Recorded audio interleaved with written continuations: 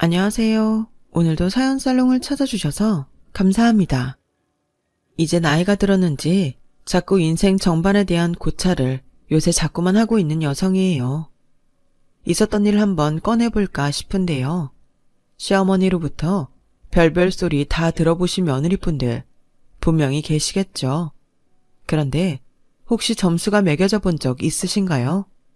그 이색적인 경험을 해본 사람이 바로 저랍니다. 시댁은 서울과 가까운 경기도인 반면에 친정은 아랫지방이에요. 친정 부모님은 장사를 해오셨죠. 원래 장사로 먹고 사셨던 건 아니고 친정 아빠가 억울하게 회사 잘리시고 난 다음부터 시작하셨어요. 그때는 지금처럼 직원 해고에 관한 제도가 잘 있지도 않았고 정보를 알지도 못했던 것 같아요. 속수무책이었으니 말이죠. 저희 부모님은 나이 차이가 8살 나고 아빠가 연상이에요. 저희 엄마 어렸을 때부터 외갓집에서 이리 치이고 저리 치이고 자란 분이셔서 연애 시절부터 아빠를 엄청 의지하셨대요. 든든한 자기 편이 생긴 게 너무 좋으셨다네요. 아빠는 성정 자체가 가정적이고 약간 외골수라고 해야 하나? 직진만 하시는 스타일이에요. 그래서 어렸을 때부터 가족들한테 엄청 잘하면서 사셨다고 하고요. 아빠가 엄마랑 결혼하겠다고 밝혔을 때 친할아버지, 친할머니 바로 역정내셨고 고모들도 전부 반대하셨대요. 엄마가 집안 배경이 볼품없고 가족들하고도 유대관계 약하다고 하니까 콩고물 떨어지는 게 없을까봐 결혼을 반대했던 거였죠. 가족들에게 최선을 다하며 열심히 돈 버느라 30줄 넘도록 결혼도 못하고 있었는데 내 반쪽이라고 여겨지는 상대를 만난 이상 가족들이 뭐라고 하든 나는 밀고 나갈 거야. 여태까지 나는 모두에게 잘했었고 희생적이었으니 꿀릴 것 하나도 없어. 아빠는 뜻을 결코 꺾지 않았고 그렇게 엄마와 부부가 되셨어요. 엄마는 결혼하고서 시집살이를 엄청나게 당하셨는데 그럼에도 괜찮았다고 말씀하셨죠. 저는 일화 몇 가지만 들어도 속에서 열불이 터지고 친가 사람들이 미워지는데 엄마는 어째서 괜찮았다고 하시는지 이해가 안 갔죠. 거짓말을 하시는 거라고 생각했으나 엄마는 진심이라고 하셨어요. 정말로 괜찮았어. 힘들어도 모든 게 버틸만 했단다. 왜냐하면 네 아빠가 언제나 내 편이었기 때문이지. 평생 자기가 위해왔던 자기 식구들 두고 나를 1순위로 삼아줘서 그게 너무 고맙고 든든했어. 오히려 나는 네 할머니와 고모들에게 미안하기까지 했는걸. 그 정도로 네 아빠가 나한테 맹목적이었지 뭐니. 내 편 하나만 있어도 아무것도 안 무섭더라. 엄마의 말씀을 들으며 저희 아빠가 멋있게 느껴졌었죠. 아빠는 늘 가정과 일에 최선을 다하는 분이셨어요. 당시에는 주 5일 근무제 그런 게 없었어요. 주 6일 일하는 게 허다했고 근무 시간도 길었죠. 얼마나 피곤했던 시절인가요. 그럼에도 아빠는 주말에 한 번씩 꼭 저랑 동생을 데리고 가까운 뒷산이나마 반드시 나들이를 나가주셨어요. 여름이면 지도 하나를 의지해서 피서를 떠났고요. 그때는 스마트폰이고 뭐고 없을 때니 지도만 보고 다녔죠. 다들 그런 시절을 지나오셨을 테죠. 저는 아빠한테 지도 보는 법을 배웠답니다. 엄마는 지도를 볼 줄 모르셨어요. 그런 거에 감각이 없다고 하셨었죠. 명실상부 아빠는 저희 집의 기둥이었고 엄마는 완벽한 내조의 여왕이셨답니다. 그런데 어느 날 갑자기 아빠가 회사에서 잘리셨던 거예요.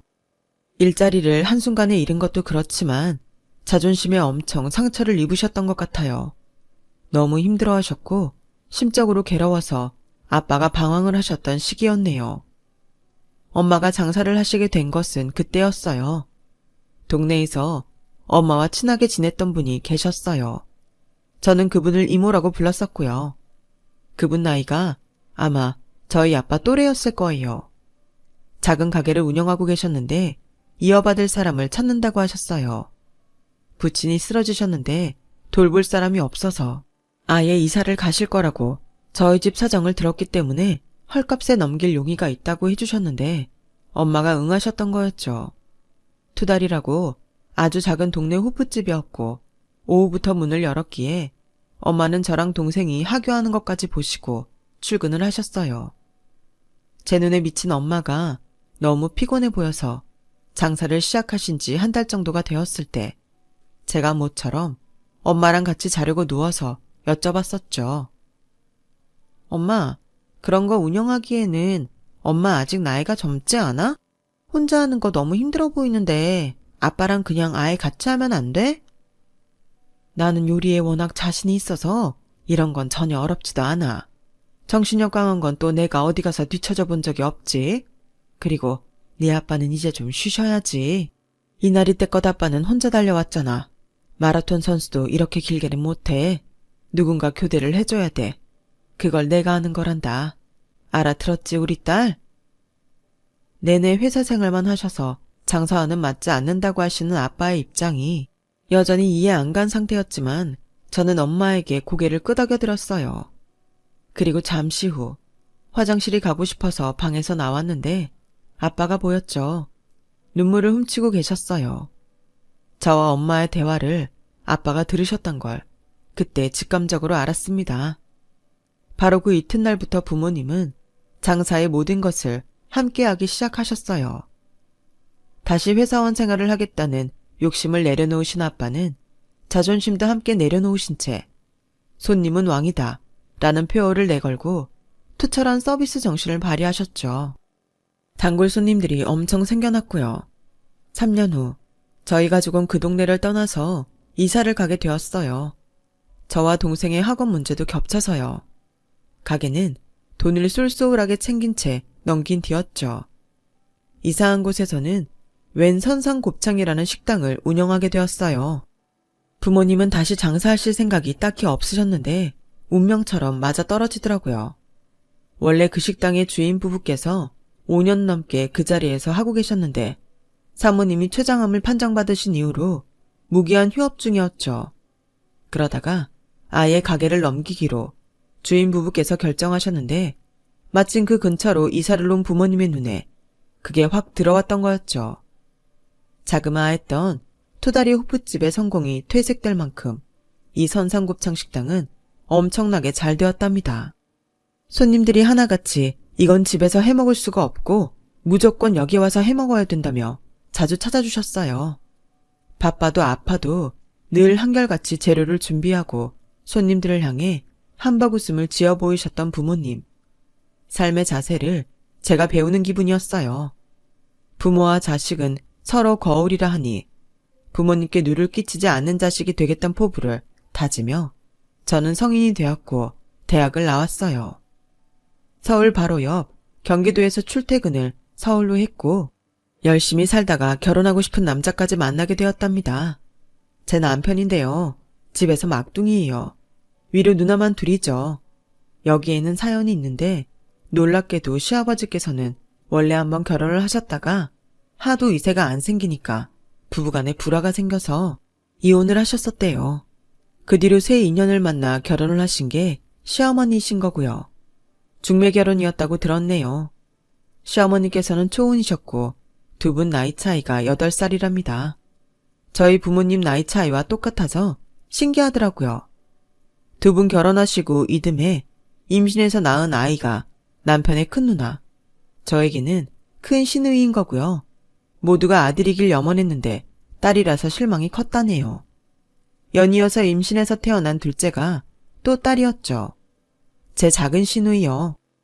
제발 아들을 낳았으면 해서 셋째를 가지셨는데 병원에서 넌지시 성별이 딸이라고 알려줬다나 뭐라나. 하여간 시어머니께서 그런 소리를 병원에서 듣고 충격을 받으셨는데 그 영향이 있었는지 얼마 후 유산이 됐대요. 그 후로는 임신이 어려우셨죠. 그러다가 힘들게 임신을 하셨는데 아들이 태어난 거예요.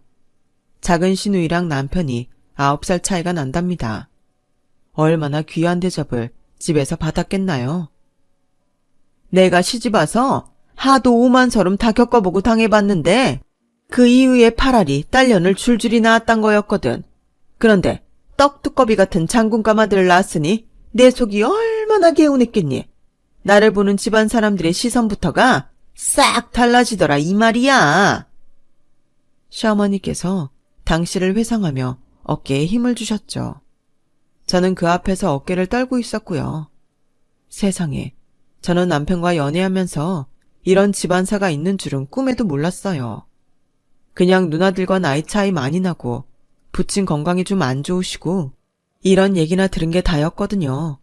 하지만 남편은 시댁 집안에서 상징적인 인물이었던 거예요. 특히나 시어머니께서는 구세주였던 것이죠. 시어머니는 그야말로 시집살이 호되게 당하셔서 한이 맺히셨던 분이에요. 시아버지께서 전처분과 몰래 만났다가 시어머니께 들킨 적도 있었다는데요. 시어머니가 열받아서 난리를 쳤었는데 시댁 사람들은 하나같이 마음은 그쪽이 진짠가 보네 라며 태평하게 굴었었다네요. 이렇듯 꽉 막힌 집안이 존재하는 것도 신기했고 제가 이 집안 며느리로 들어갈 생각을 하니까 숨이 턱 막혀왔어요. 저는 시어머니에게 있어서 그 귀하디 귀한 아들 빼앗아가는 나쁜 년이었어요. 그래, 양치는 뭐하며 사시는 분들이니? 아, 작은 백반집 운영하세요. 뚝배기 불고기랑 제육볶음 이렇게 딱 2가지 파는 집인데 아담해요. 저희 부모님은 제가 대학 졸업할 때 선상 곱창 가게를 다른 사람에게 넘겼고요. 이사를 하신 뒤로는 1년 넘게 쉬시다가 작은 백반집을 차리셨어요. 시어머니께서는 못마땅하단 표정으로 저에게 식당 사진을 요구하셨고 저는 보여드렸죠. 보시고는 뭐가 이렇게 좁아 터졌냐며 놀라셨어요. 테이블 정말로 얼마 없고 동시에 최대 12명 받으면 끝인 가게였답니다. 이까지 것도 생업이니? 하루 종일 장사를 해봤자 테이블당 만석으로 머릿수를 곱해도 손님이 별로겠구만. 하루 종일은 안 하시고요. 점심 장사만 하세요. 별로 욕심 없이 하시는 가게라서요. 이렇게 코딱지만한 가게에서 그것도 점심 장사만 한다고? 세상에나 마상에나. 주말에도 설마 점심만 한다는 거니? 아니 잠깐, 사진에 적혀있는 이게 뭐야? 주일은 쉽니다? 난리도 아니구나. 수익은 얼마나 난다니? 양친께 들은 거 있니? 네? 그게 짐작하시는 대로예요. 수익은 얼마 안 나요. 기가 막히고 코가 막힐 노릇이구나. 지금까지 어떻게 살아왔는지 신기한 집안이야. 우리 집안과는 달리 원래부터 내려온 재산 같은 것도 없었다면서 땅 한 평 없고 그런데도 잘도 입에 풀칠하며 살아왔구나. 아, 지금 백반집 하기 전에 예전에 호프집하고 곱창집 운영했던 게 잘 됐어서요. 뭐시 어쩌고 어째? 호프? 곱창? 에라이, 다 술 팔아서 연명하는 곳들이잖아. 천박하긴 그런 걸로 먹고 살 수야 있지.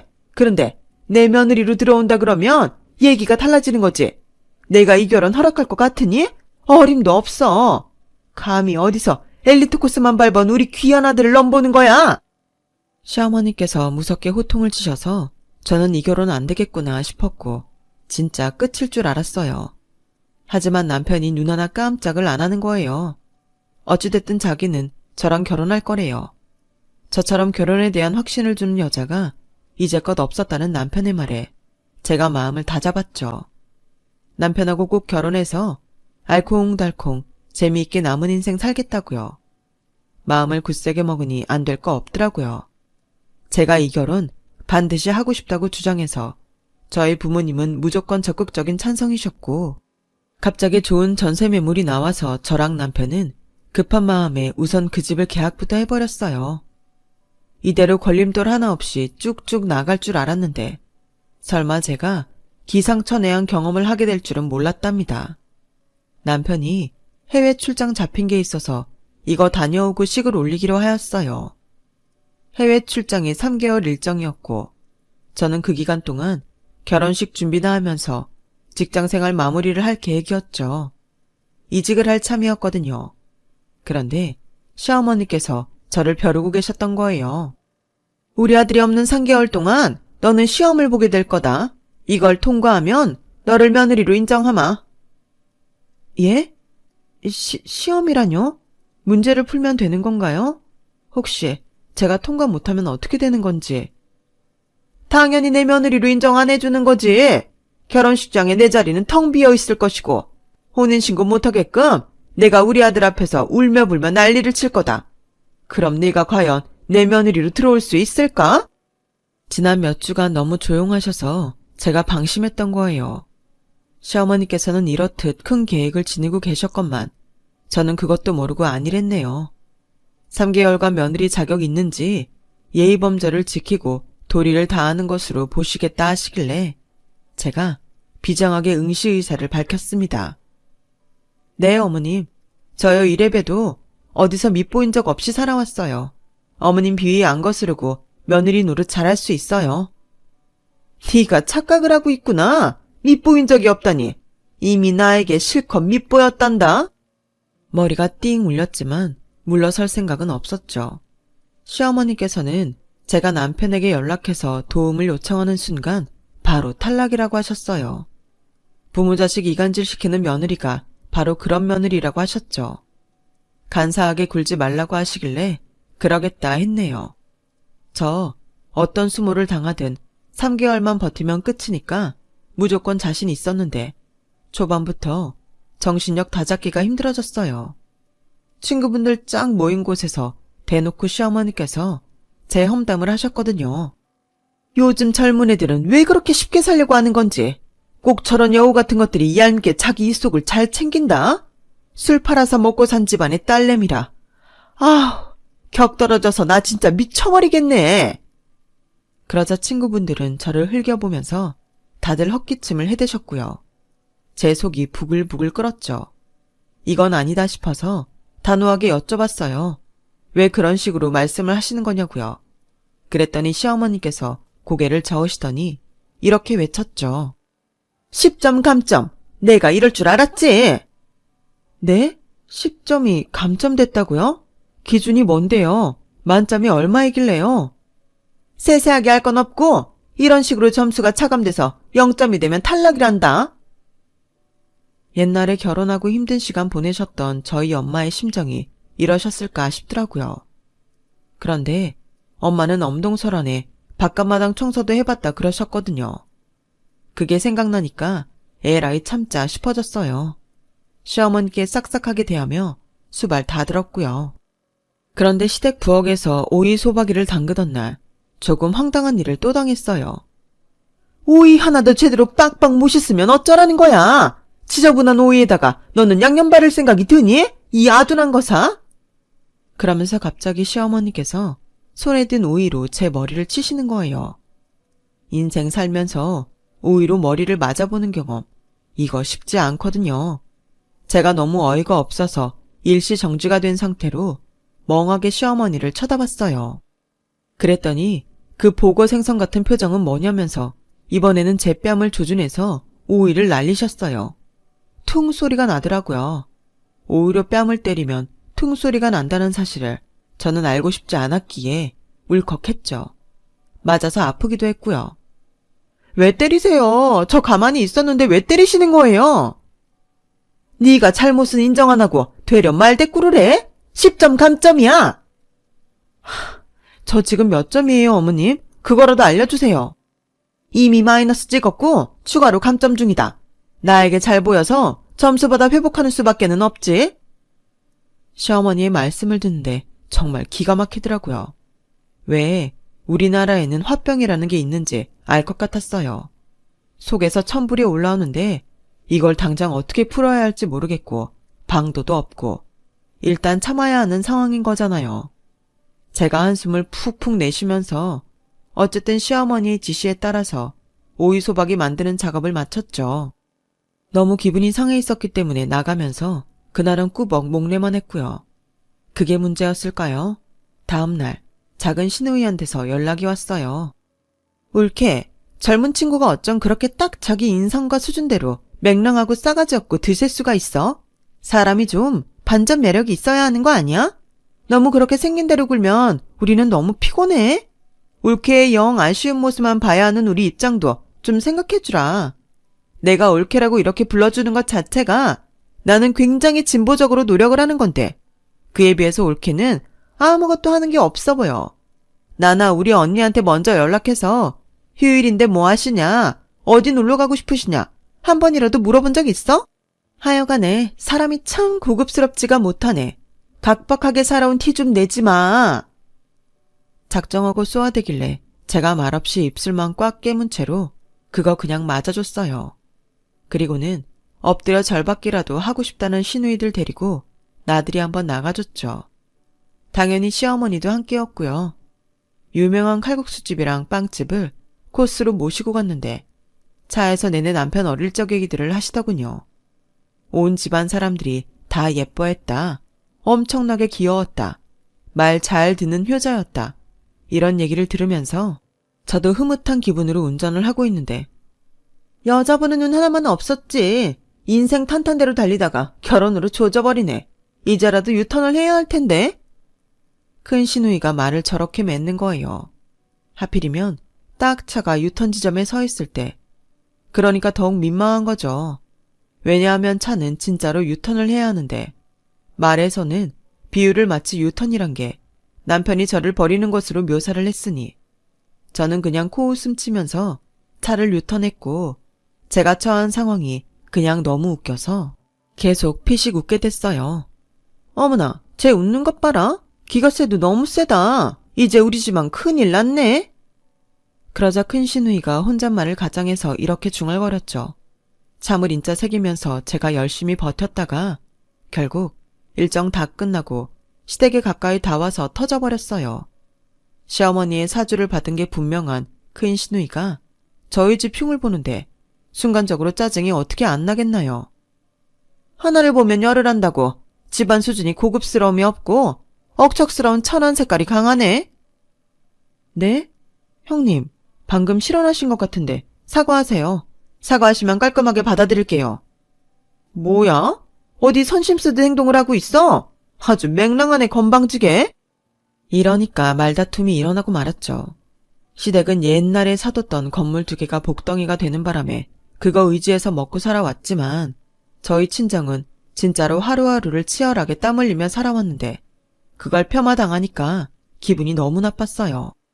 제가 큰 시누이에게 먼저 무례하셨다면서 일침을 날려댔더니 관망하고 계셨던 시어머니께서 이렇게 상황을 정리하셨습니다. 넌 아웃이야, 아웃! 퇴바라진 것, 끈기도 없고 여러모로 글러먹었다. 너도 내가 우리 아들보다 급이 한참 아래인 거 알 텐데 어쩜 이리도 뻔뻔하니? 환영받지 못하는 곳에서 그렇게나 엉덩이 붙이고 있고 싶더냐? 네 부모가 너 그렇게 살라고 가르쳤니?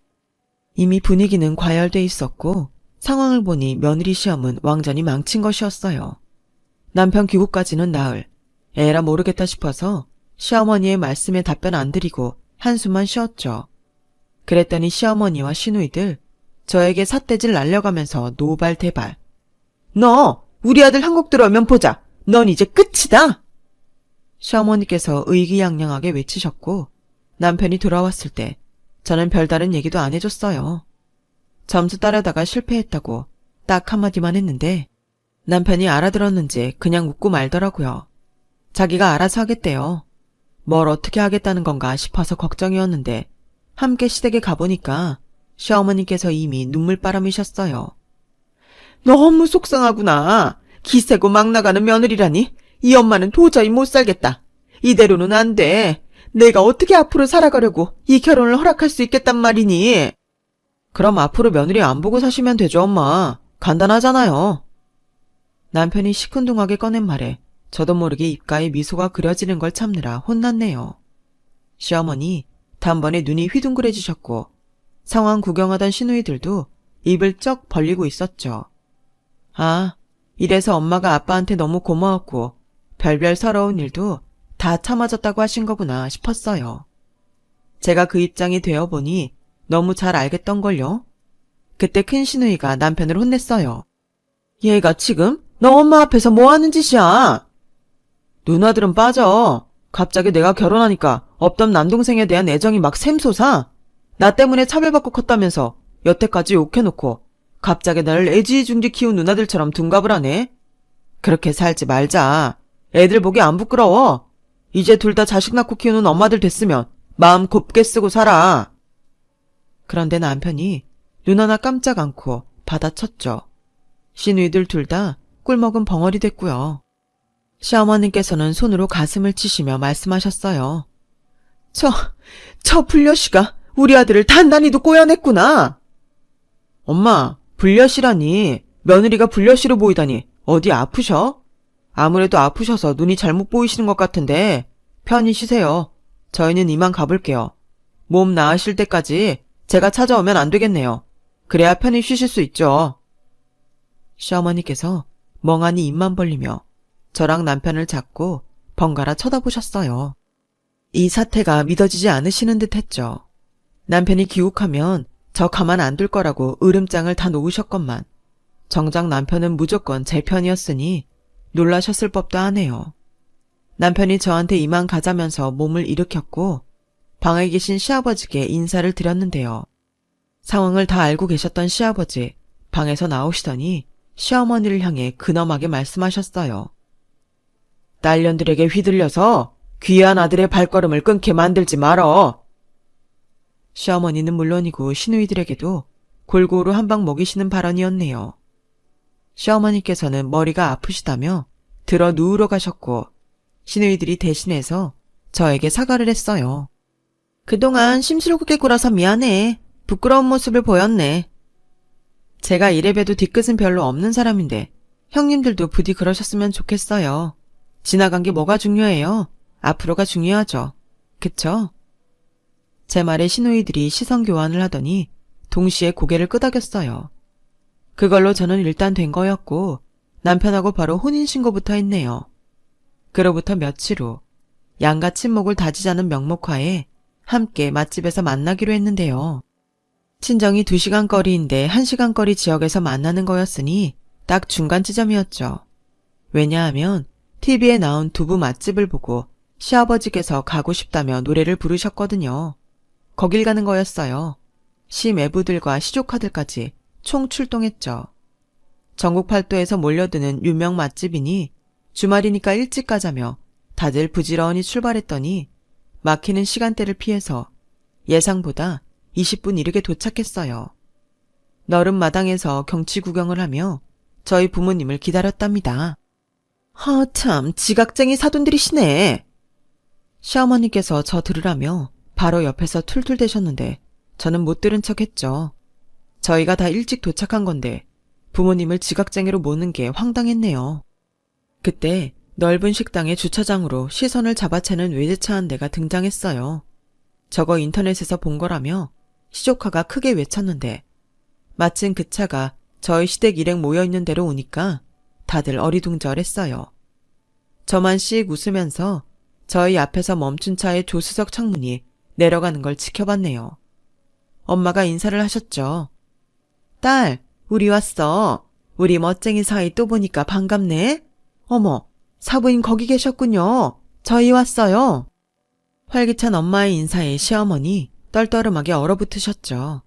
상견례장에서는 몰랐는데 저런 차를 가지고 다니셨냐면서 상당히 세련되었다며 계속 중얼중얼 하시더라고요. 옆에 서 있던 저는 다 들렸죠. 시조카들이 자꾸 차 멋있다고 그런 얘기를 해서 시누이들이 헛기침을 해댔네요. 아마도 대인원이라 둘로 나눠 앉아야겠네요. 사부인 무슨 말씀이세요? 이 집으로 가신다길래 미리 예약을 다 해놨죠. 여긴 예약을 따로 받는 것이 아니던데 그걸 어떻게 하셨다는 말씀이세요? 시어머니의 놀란 반문에 엄마가 웃고 있을 때 식당 사장님이 버선발로 뛰쳐나오셨어요. 저희 아빠를 향해 외치셨죠. 아유, 박 사장 오랜만이야. 이렇게 얼굴 보니 반갑네 반가워. 시댁 식구들 전부 깜짝 놀라서 뒤집어졌죠. 이 유명한 식당 사장님과 저희 부모님은 아는 사이셨답니다.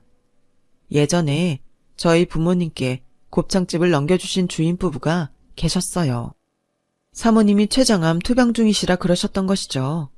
곱창집이 너무너무 잘 돼서 저희 가족에게는 그분들이 은인이었고 지금도 그렇지만 당시는 췌장암이라는 것 자체가 인식조차 약했으며 그걸 아는 사람들은 그거 걸리면 무조건 죽는데 라고 알고 있던 수준의 병이었기 때문에 저희 부모님은 걱정이 돼서 그 주인 부부께 연락을 이어가며 사셨어요. 병원비가 너무 막막하다는 얘기를 들으시고는 돈을 얼마라도 붙여주셨고요. 그래서였을까요? 그 사모님께서는 오래 살기 힘들다는 병원 측의 예상을 뒤엎고 그 후로 무려 6년 가까이를 더 살다 가셨어요.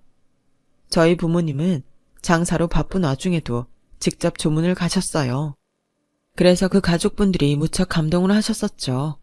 두부식당 사장님이 바로 돌아가신 그 사모님의 친오빠 되세요.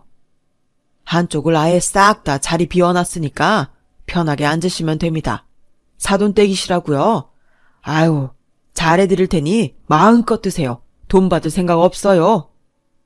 그 사장님께서 시댁 식구들을 향해 눈을 찡긋하며 말씀하시자 이제 모두가 넋이 나가 있었죠.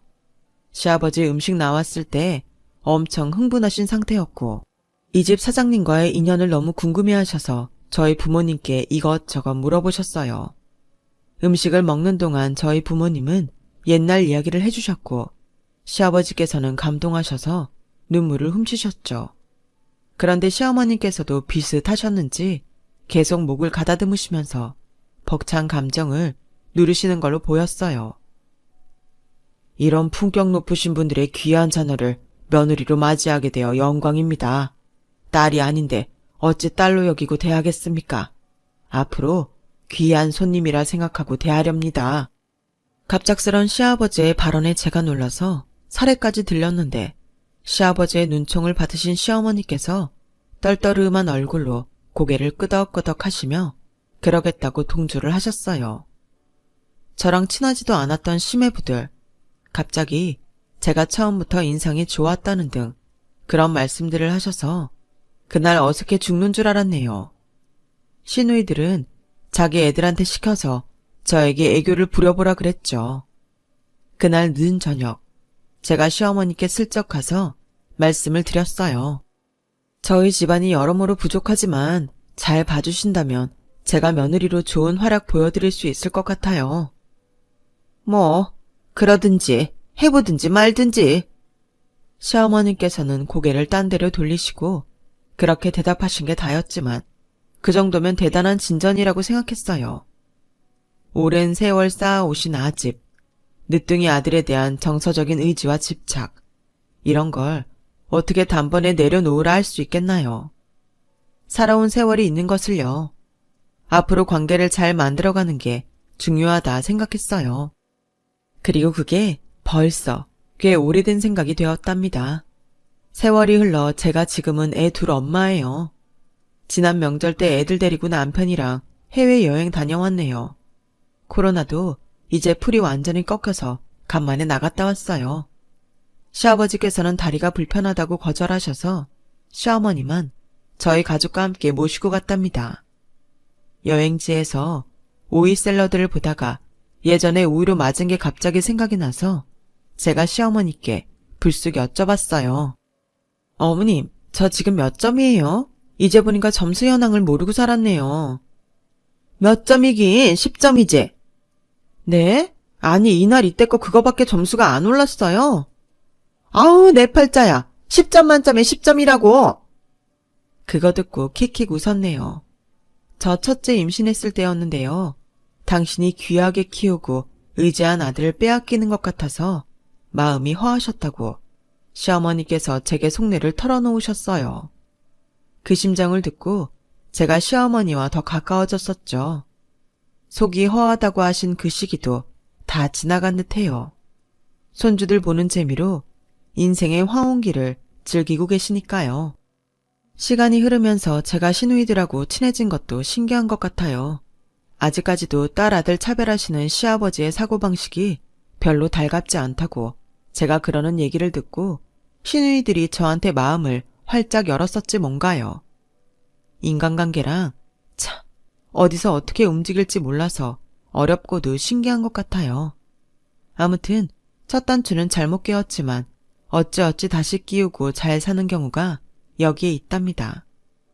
안 풀리는 단추를 살다가 만나신다면 현명한 해답들을 찾으시길 바랄게요.